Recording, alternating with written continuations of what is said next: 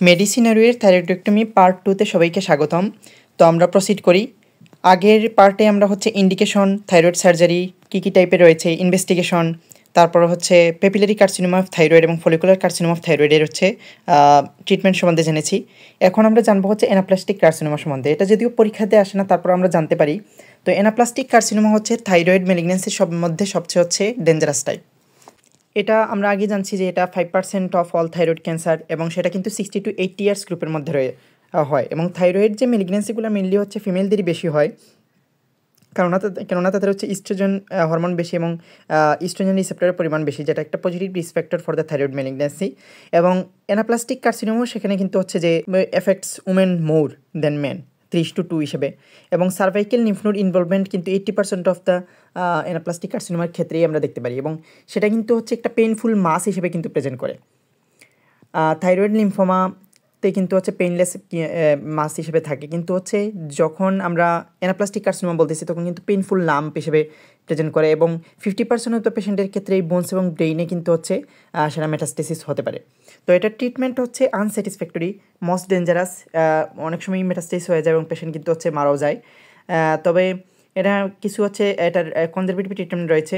Median survival is only few months, মানে few months বেঁচে থাকে পেশেন্ট, এবং সার্জারি, রেডিয়েশন এবং কেমোথেরাপির তেমন একটা রুল নাই। আমরা শুধুমাত্র পেলিয়েশনই করতে পারি, যেমন ফর্ম অফ ট্রাকিওস্টমি কিংবা নিউট্রিশনাল সাপোর্ট দিয়ে রাখতে পারি। এটুকু ছিল অ্যানাপ্লাস্টিক কার্সিনোমা হিসেবে। মেডুলারি কার্সিনোমা অফ থাইরয়েড যেটা, সেটা হচ্ছে প্যারাফলিকুলার সেল থাইরয়েডের যেটা সি সেলের, সেটার কিন্তু হচ্ছে মেলিগন্যান্সি যেটা। তো এই মেডুলারি কার্সিনোমাকে আমরা মাল্টিপল এন্ডোক্রাইন নিওপ্লাসিয়ার আন্ডারে আমরা আনতেছি। তো মাল্টিপল এন্ডোক্রাইন নিওপ্লাসিয়া মানে হচ্ছে যে সেখানে কিন্তু একটা গ্ল্যান্ড ইনভলভ থাকবে না, অনেকগুলো গ্ল্যান্ড যদি ইনভলভ থাকে, মেনলি জেনেটিক্যালি প্রিডিসপোজড, এটাকে আমরা মাল্টিপল এন্ডোক্রাইন নিওপ্লাসিয়া বলতেছি। তো মাল্টিপল এন্ডোক্রাইন নিওপ্লাসিয়ার মধ্যে টাইপ 1, টাইপ 2A এবং টাইপ 3B রয়েছে। টাইপ 3B অনেক রেয়ার। টাইপ 2A এবং 3B টাইপ 2A এবং 2B এই দুইটার মধ্যেই কিন্তু হচ্ছে medullary carcinoma of thyroid included. Multiple endocrine neoplasia 1 সম্বন্ধে আমরা আজকে আলোচনা করব না, জাস্ট বলে দিই যে এটাতে হচ্ছে হাইপার প্যারাথাইরয়েডিজম, পিটুইটারি টিউমার এবং পেনক্রিয়াটিক টিউমার থাকে। এবং মাল্টিপল এন্ডোক্রাইন নিওপ্লাসিয়া 2A যেটা, সেটাতে অবশ্যই মেডুলারি কার্সিনোমা অফ থাইরয়েড থাকবে, সাথে ফিওক্রোমোসাইটোমা, হাইপার প্যারাথাইরয়েডিজম এবং হার্সপ্রাং ডিজিজ থাকে। আর মাল্টিপল এন্ডোক্রাইন নিওপ্লাসিয়া 2B যেটা, সেটাতে মেডুলারি অবশ্যই থাকবে, ফিওক্রোমোসাইটোমা, মিউকোসাল নিউরোমা, মারফানোয়েড হেভিটাস কিংবা ইন্টেস্টাইনাল গ্যাংলিয়ন নিউরোমা থাকবে। মানে এটা আমরা যদি সহজে বলতে চাই, এটা হচ্ছে অনেকগুলো গ্ল্যান্ড সিস্টেমকে ইনভলভ করবে। তো মেডুলারি কার্সিনোমা অফ থাইরয়েড যেটা, সেটাতে আমরা কি করব, টোটাল থাইরয়েডেক্টমি করে নিব, কম্বাইন্ড উইথ সেন্ট্রাল ক্লিয়ারেন্স, মানে সেন্ট্রাল ক্লিয়ারেন্স পেপিলারি কার্সিনোমার মতোই করতে হবে, উইথ কম্প্রিহেন্সিভ নেক ডিসেকশন, যেটা 2 থেকে 5 পর্যন্ত আমরা নেক ডিসেকশন করতে হবে। আর প্রাইমারি লেশন যদি 2 সেন্টিমিটারের বেশি হয়, তাদের ক্ষেত্রে আমরা ইপসিলেটারাল 2 to 5 লিম্ফ নোড রিমুভাল আমাদের করতে হবে। ঠিক আছে, আচ্ছা। এরপরে ফিওক্রোমোসাইটোমা আমি বললাম অ্যাসোসিয়েটেড থাকে, তাহলে সেক্ষেত্রে হচ্ছে আমরা অবশ্যই এই ফিওক্রোমোসাইটোমের ট্রিটমেন্ট করতে হবে, কারণ নইলে হচ্ছে আমরা যখন থাইরয়েড সার্জারি করব তখন হাইপারটেনসিভ ক্রাইসিস হতে পারে। কারণ ফিওক্রোমোসাইটোমা আমরা জানি হচ্ছে যে এড্রেনাল গ্ল্যান্ডের মেডুলার টিউমার, এবং সেখানে কিন্তু এপিনেফ্রিন আর নরএপিনেফ্রিন বেশি ক্ষরণ হয় এবং সেগুলো আমরা জানি হচ্ছে বেসো কনস্ট্রিক্ট করে, সেখানে হাইপারটেনশনের চান্স কিন্তু থাকে। সেক্ষেত্রে হাইপারটেনসিভ ক্রাইসিসটা হচ্ছে আমরা এড়ানোর জন্য আমরা ফিওক্রোমোসাইটোমার ট্রিটমেন্টটা আগে করব। এরপরে আমরা পোস্ট অপারেটিভ ফলো আপ দেবো। এটা হচ্ছে মেডুলারি কার্সিনোমা থাইরয়েডের ট্রিটমেন্ট। এখানে ফিওক্রোমোসাইটোমা কিন্তু মেডুলারি কার্সিনোমা অফ থাইরয়েড যেটা, মাল্টিপল এন্ডোক্রাইন নিওপ্লাসিয়ার 2A এবং 2B দুইটার ক্ষেত্রেই কিন্তু ফিওক্রোমোসাইটোমা থাকে। সুতরাং হচ্ছে এই জিনিসটা আমাদের অবশ্যই মানে মাথায় রাখতে হবে আর কি। আর যদি এর আশেপাশে অন্যান্য কোনো গ্ল্যান্ডুলার সিমটম থাকে, সেক্ষেত্রে সেগুলোও কিন্তু হচ্ছে হিসাব করতে হবে। কমপ্লিকেশন খুবই ইম্পর্টেন্ট থাইরয়েড সার্জারির ক্ষেত্রে, এবং এটা কিন্তু পরীক্ষাতে শর্ট কেসের সাথে যেটা থাইরয়েড থাকে, মানে শর্ট কেস হিসাবে যে থাইরয়েড থাকে, সেটাতে অবশ্যই জিজ্ঞেস করা হবে এবং পারতে হবে। তো আমরা 3 ভাগে ভাগ করে, এটা অনেকগুলা বই এটা এখানে সম্মিলন করা হয়েছে। তো অনেক বই সম্মেলন করে আমরা এটাকে 3 ভাগে ভাগ করেছি, যেটা হচ্ছে পার অপারেটিভ, ইমিডিয়েট এবং লেট। তো পার অপারেটিভ ক্ষেত্রে হিমোরেজ হতে পারে, কারণ আমরা জানি থাইরয়েড একটা মোস্ট ভাস্কুলার অর্গান, এবং সেটাতে হাত দিলে অবশ্যই হিমোরেজ হবে না, এটা কখনোই হবে না আর কি। তারপরে ইনজুরি টু সারাউন্ডিং স্ট্রাকচারের মধ্যে রিকারেন্ট লেরিঞ্জিয়াল নার্ভ পালসি হতে পারে। তো রিকারেন্ট লেরিঞ্জিয়াল নার্ভ যখনই তুমি বলবা, এটা শুনতে চাই অবশ্যই, তখনই বলবে যে হচ্ছে কোন রিকারেন্ট লেরিঞ্জিয়াল নার্ভটা বেশি ইনজুরি হওয়ার সম্ভাবনা আছে, এটা কি রাইট নাকি লেফট, এটা একটা পেইড কোয়েশ্চেন।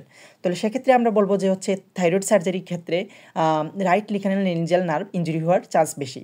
এখন তখনই বলতে হবে যে এটা কেন ইনজুরি বেশি হয় এখানে। বলবে যে রাইট লিকারেল লেরিঞ্জিয়াল নার্ভটা হচ্ছে অবলিকলি প্লেসড থাকে এবং এটা হচ্ছে ভেরিয়েবল ইন কোর্স, সেজন্য হচ্ছে ইনজুরি হওয়ার সম্ভাবনা বেশি। আর এই যে লেফট রিকারেন্ট লেরিঞ্জিয়াল নার্ভ যেটা হুক করে হচ্ছে এওরটিক আর্চকে, সেটা কিন্তু ট্রাকিও ইসোফেজিয়াল গ্রুপের মধ্যেই থাকে এবং সেটা লং কোর্স হলেও সেটা কিন্তু হচ্ছে তার কনস্ট্যান্ট কোর্স থাকে, সেজন্য সহজে আইডেন্টিফাইড করা যায়। কিন্তু যদি হচ্ছে রাইট রিকারেন্ট লেরিঞ্জিয়াল নার্ভ সেটা হুক করে হচ্ছে রাইট সাবক্লেভিয়ান আর্টারিকে, কিন্তু তার কোর্সটা ট্রান্সভার্সলি থাকলে অবলিকলি প্লেসড থাকে এবং ভেরিয়েবল ইন কোর্স থাকে, সেজন্য হচ্ছে রাইট রিকারেন্ট লেরিঞ্জিয়াল নার্ভটা হচ্ছে ইনজুরি হওয়ার সম্ভাবনা বেশি থাকে। তাহলে এখানে বলতে পারে যে যদি right recurrent laryngeal nerve injury হলে কী সমস্যা হতে পারে, আমি এটা ইমিডিয়েট কমপ্লিকেশন এবং লেট কমপ্লিকেশন এই দুইটা মিলিয়ে আমি বলবো পরে। তাহলে পারোপারেটিভলি ইনজুরি হতে পারে রিকারেন্ট লেরিঞ্জিয়াল নার্ভ, কিংবা সুপিরিয়র লেরিঞ্জিয়াল নার্ভেও কিন্তু ইনজুরি হতে পারে, এগুলোর আফটার ইফেক্ট আমি বলবো। তারপরে হচ্ছে ট্রাকিয়াও কিন্তু হচ্ছে ইনজুরি হতে পারে। ইমিডিয়েট কমপ্লিকেশনের মধ্যে টেনশন হেমাটোমা হতে পারে। এই টেনশন হেমাটোমাটা কেন হয়? কারণ রিয়াকশনারি হিমোরেজের কারণে হয়। রিয়াকশনারি হিমোরেজ তখন বলবে যে কি রিয়াকশনারি হিমোরেজ হচ্ছে অপারেশনের পরে 24 ঘন্টার মধ্যে যে হিমোরেজটা হবে সেটাকে বলা হচ্ছে রিয়াকশনারি হিমোরেজ। এবং ব্যান্ডেজটা কিন্তু ফুলে থাকবে এখানে, মানে সিমটমগুলো দেখে আমাদের বুঝতে হবে তার রেসপিরেটরি ডিস্ট্রেস হবে, কারণ হেমাটোমাটা কম্প্রেস করবে। এরপরে হচ্ছে তার ড্রেন টিউবে কালেকশন অনেক বেশি থাকবে আর ব্যান্ডেজটা সুয়েলড হয়ে থাকবে। তো এইগুলো দেখে আমরা বুঝতে পারবো যে টেনশন হেমাটোমা ডেভেলপ করছে। তাহলে আমাদের ম্যানেজমেন্ট হচ্ছে ব্যান্ডেজটা আমরা সরাবো, একটু মানে স্টিচে একটু ব্লিডিং থাকবে। তারপর হচ্ছে স্টিচ অফ করার সাথে সাথে আমাদের কী করতে হবে? ক্লট ইভাকুয়েট করে নিতে হবে। এটা সাধারণত অপারেটিভলি করা হয়, কিন্তু আমরা যখন লিখবো তখন এভাবেই লিখবো, ক্লট ইভাকুয়েট করতে হবে, under general anaesthesia proper haemostasis করতে হবে, মানে এটা অপারেটিভলি দিকে চলে গেল আর কি। তো এটুকু ছিল হচ্ছে টেনশন হেমাটোমার ম্যানেজমেন্ট। এরপর কি ডেভেলপ করতে পারে? লেরিঞ্জিয়াল এডেমা। তো লেরিঞ্জিয়াল এডেমা কেন হয়? তো এটা মেনলি হয় ডিউ টু লিম্ফেটিক অবস্ট্রাকশন, মানে আমরা অপারেটিভ প্রসিডিউরের মধ্যে যদি আমরা লিম্ফেটিক অবস্ট্রাকশন রেখে আসি তখন হচ্ছে আস্তে আস্তে লেরিঞ্জিয়াল এডেমা ডেভেলপ করবে এবং মেনলি পেশেন্ট কিন্তু মারা যায় লেরিঞ্জিয়াল এডেমার কারণে, রেসপিরেটরি ডিস্ট্রেস ডেভেলপ করে, সেজন্য হচ্ছে মারা যায়। এরপরে হচ্ছে আমরা স্টাইডোড কেন ডেভেলপ করবে? এই যে বললাম রিকারেন্ট লেরিঞ্জিয়াল নার্ভের ইনজুরির কারণে। এখানে একটা অবশ্যই মনে রাখতে হবে, যখন বাইলেটারাল থাইরয়েডেক্টমি করা হয়, মানে টোটাল থাইরয়েডেক্টমি করা হয়, তখনই কিন্তু স্টাইডোড ডেভেলপ করে, এর আগে কিন্তু স্টাইডোড ডেভেলপ করে না।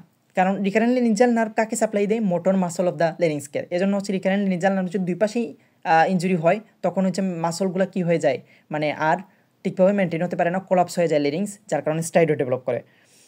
কিন্তু যদি এক পাশের লেরিঞ্জিয়াল নার্ভ হচ্ছে ইনজুরি হয়, তাইলে এটা বলতে হবে হর্সনেস অফ ভয়েস ডেভেলপ করে। এবং এটার ট্রিটমেন্ট কি? হর্সনেস অফ ভয়েস যদি হয় তাহলে এটা কনজারভেটিভ ট্রিটমেন্ট ফলো আপ রাখতে হবে। এবং সেটা হচ্ছে কি হয়, মানে 6 মাসের মধ্যেই কিন্তু সেটা অপোজিট সাইটের যে রিকারেন্ট লেরিঞ্জিয়াল নার্ভ যেটা এখনও ইনজুরি হয় নাই সেটাই কিন্তু কম্পেনসেট করে ফেলে, ঠিক আছে। আর স্টাইডোড যদি ডেভেলপ করে, মানে দুই পাশে যদি টোটাল লেরিঞ্জিয়াল দুই পাশে যদি আমরা রিকারেন্ট লেরিঞ্জিয়াল নার্ভ ইনজুরি করে রেখে আসি, তাইলে কিন্তু আমাদের হচ্ছে ট্রাকিওস্টমিটা করে হচ্ছে আমাদের মেনটেন করতে হবে, কারণ তখন কিন্তু কোলাপস হয়ে যেতে পারে এজন্য। আর প্যারাথাইরয়েড ইনসাফিসিয়েন্সি সেটাও কিন্তু হচ্ছে ইউনিলেটারাল থাইরয়েডেক্টমি বা হেমিথাইরয়েডেক্টমির ক্ষেত্রে এটা ডেভেলপ করে না। যদি আমরা টোটাল থাইরয়েডেক্টমি করে নেই তখন হচ্ছে প্যারাথাইরয়েড ইনসাফিসিয়েন্সি ডেভেলপ করতে পারে, কারণ যদি এক পাশের দুইটা প্যারাথাইরয়েড গ্ল্যান্ডো ইনটেক থাকে সেও কিন্তু ক্যালসিয়াম লেভেলটা মেনটেন করতে পারে। তারপরে আমাদের হচ্ছে কী করতে হবে? যে ক্যালসিয়াম হোমিওস্ট্যাসিস আছে কিনা সেটা চেক করে নিতে হবে। তো যখন প্যারাথাইরয়েড ইনসাফিসিয়েন্সি ডেভেলপ করবে, প্যারাথাইরয়েড থেকে হচ্ছে প্যারাথরমন আসে, প্যারাথরমনটা হচ্ছে রক্তের ক্যালসিয়ামটাকে বাড়িয়ে রাখে, মানে মেনটেন করে রাখে। কিন্তু প্যারাথাইরয়েড ইনসাফিসিয়েন্সি ডেভেলপ করে হাইপোক্যালসিমিয়া ডেভেলপ করবে এবং এই হাইপোক্যালসিমিয়া ডেভেলপ করার কারণে তার হচ্ছে টিটেনি ডেভেলপ করবে। এখন টিটেনি কিন্তু আবার দুই ধরনের রয়েছে, একটা হচ্ছে ক্লিনিক্যাল টিটেনি আর একটা হচ্ছে লেটেন্ট টিটেনি। ক্লিনিক্যাল টিটেনি আমরা কীভাবে বুঝবো? ক্লিনিক্যাল টিটেনির ক্ষেত্রে আমরা চিলড্রেনের ক্ষেত্রে তার এমনিতেই কার্পোপেটাল স্পাজম হবে। কার্পোপেটাল স্পাজম মানে মেটাকার্পোফ্যালেঞ্জিয়াল জয়েন্ট ফ্লেক্স থাকবে, ইন্টারফ্যালেঞ্জিয়াল জয়েন্ট এবং মানে হচ্ছে থাম্ব সেটাও এক্সটেন্ডেড থাকবে, আর অপোজিশন অফ দ্য থাম্ব হবে। এটা হচ্ছে কার্পোপেটাল স্পাজম চিলড্রেনদের ক্ষেত্রে থাকবে। আর তাদের ক্ষেত্রে কিন্তু স্টাইডোডের ডেভেলপ করবে কিংবা কনভালশনও ডেভেলপ করতে পারে। কিন্তু অ্যাডাল্টের ক্ষেত্রে হচ্ছে টিংনিং of hand, feet and around the mouth থাকবে, আর হচ্ছে পেইনফুল কার্পোপেটাল স্পাজম হবে। যদি এটা লেস অফ অ্যান অ্যাডাল্টের ক্ষেত্রে স্টাইডোড এবং ফিট হতে পারে। তাহলে এই চিলড্রেন এবং অ্যাডাল্টের ক্ষেত্রে এই ক্লিনিক্যাল সাইনগুলো থাকবে যদি টিটেনিটা ক্লিনিক্যাল হয়। আর যদি লেটেন্ট টিটেনি হয় সেক্ষেত্রে লেটেন্ট টিটেনি মানে হচ্ছে আমরা সাধারণত হচ্ছে এটা আমরা এমনিতেই প্রসিডিউর হাইপোক্যালসিয়াম আছে কিনা সেটা চেক করে নিই। লেটেন্ট টিটেনি ইলিসিট করার জন্য দুইটা সাইন রয়েছে, একটা ট্রোজিস সাইন আর একটা হচ্ছে ভস্টেক সাইন। এই দুইটা সাইন সম্বন্ধে আমার আলাদা একটা ভিডিও রয়েছে, সবাই উৎসাহী হলে দেখে নিতে পারো। তো লেটেন্ট টিটেনি কিংবা হচ্ছে তার ক্লিনিক্যাল টিটেনি রয়েছে কিনা সেটা যদি আমরা দেখে আমরা কনফার্ম করি যে এটা হাইপোক্যালসিয়ামে ডেভেলপ করছে, তাইলে কিন্তু আমাদের হচ্ছে ম্যানেজমেন্ট কী হবে, রুল অফ 10। তাহলে রুল অফ 10 মানে কি?